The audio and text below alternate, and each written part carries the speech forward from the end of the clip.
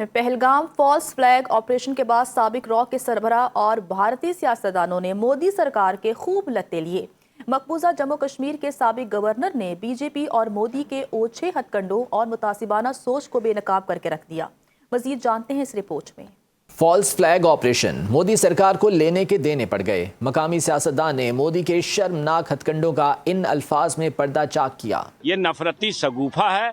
पक्की जानिए, अगर ऐसा नहीं होता तो पहलगाम में मुसलमान उस गोली के शिकार नहीं बनते और पहलगाम के एक मुसलमान हमारे एक भाई को कंधे पर लाद करके 20 किलोमीटर तक नहीं लेकर के जान बचा। अरे 26 में मुसलमान मारा गया कि नहीं? क्योंकि बिहार में अभी चुनाव है तो बिहार में नफरती माहौल बना करके मतदाताओं को पाखंडवाद के बहाने भरमा करके बीजेपी को मजबूत करने आए। भारतीय खुफिया एजेंसी रॉ के साबिक सरबराह अमरजीत सिंह ने इंटेलिजेंस नाकामी का एतराफ किया। मकामी सिख रहनुमा ने मोदी के सर्जिकल स्ट्राइक की सर्जरी करके रख दी। सिक्योरिटी फेलियर ज्यादा है क्योंकि सिक्योरिटी वहाँ थी नहीं। इंटेलिजेंस भी मतलब है, अगर आपके पास खबर नहीं थी ये हादसा हुआ, ये किस्सा हुआ, तो फिर इंटेलिजेंस फेलियर भी है। हमारे देश में आकर कोई बम गिरे पता नहीं चलेगा।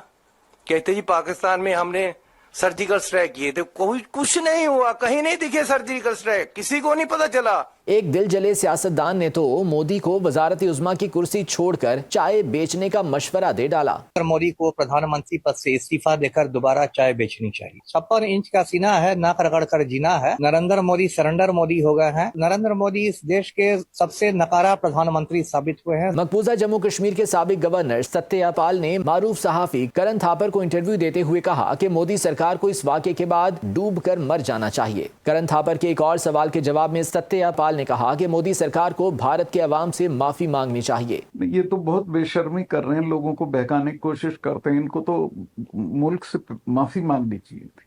इनको कहना चाहिए था हमारी गलती, इतनी बड़ी, इतना बड़ा लैप्स है, वहाँ एक सिपाही नहीं था और जबकि वो कश्मीर का सबसे पॉपुलर स्पॉट है। तो ये माफी किसको मांगनी है? प्राइम मिनिस्टर को मांगनी चाहिए। और कौन? ऑल पार्टी, उसमें प्राइम मिनिस्टर गए भी नहीं। आप हेकड़ी देखिए। मोदी साहब should ask for forgiveness. Of course, ये तो बहुत पहले से लोग उम्मीद करते हैं कि ये आदमी माफी मांगेगा। इतना बुरा काम हुआ है। 2 रिव्यू मीटिंग्स की थी in the weeks before Pahalgam. Review meeting कुछ नहीं होती, ये गपशप करते हैं, लंच करते हैं, खाना खाते हैं, चले जाते हैं।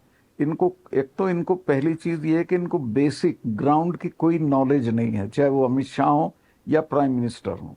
कश्मीर के बारे में अगर इनको ये नॉलेज होती तो वहां पहले से सिक्योरिटी होती। कांग्रेस के लीडर मल्लिकार्जुन खड़गे ने कहा कि मोदी ने कश्मीर का दौरा क्यों मनसूख किया। हमले के 3 दिन पहले ही वहां इंटेलिजेंस रिपोर्ट मोदी जी को भेजा था और उसी लिए मोदी जी ने कश्मीर जाने का प्रोग्राम कैंसिल किया। एक और मकामी सियासतदान ने कहा कि दर्जनों कानून नाफिज करने वाले इदारों से कोई भी वहां क्यों मौजूद नहीं था। 200 किलोमीटर टेररिस्ट कैसे कश्मीर के अंदर घुस आए?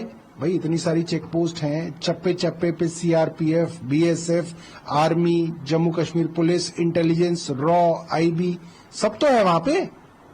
वो 200 किलोमीटर अंदर आए, हथियारों के साथ आए, उन्होंने लोगों को गोलियां मारी और उसके बाद वो वहीं गायब हो गए। कह रहे वो वापस भाग गए। अरे कोई मजाक हो रहा है क्या? सिख रहनुमा का कहना था कि पाकिस्तान जदीद टेक्नोलॉजी के मैदान में भारत से बहुत आगे है।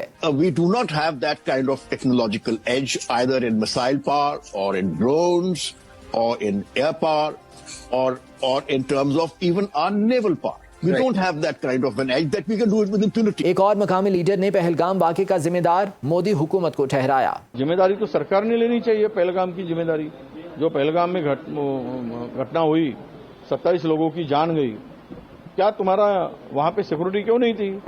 क्यों निकाली गई? 200 किलोमीटर तक लोग अंदर आके अतिरिक्त घुस जाते हैं, तो तुम्हारा इंटेलिजेंस क्या कर रहा था? वो फेल्योर नहीं है, इस सरकार का फेल्योर नहीं है। इस बारे में कोई बात नहीं करता। बात क्या करते हैं? तो उन्होंने हिंदू का पूछ कर मारा। अरे कोई टेररिस्ट को पूछने तक समय होता है क्या? पहलगाम फॉल्स फ्लैग ऑपरेशन ने न सिर्फ मोदी सरकार के काले करतूत बेनकाब कर दिए, बल्कि उन्हें भारत के अपने अवाम ने बुरी तरह तनकीद का निशाना बनाया।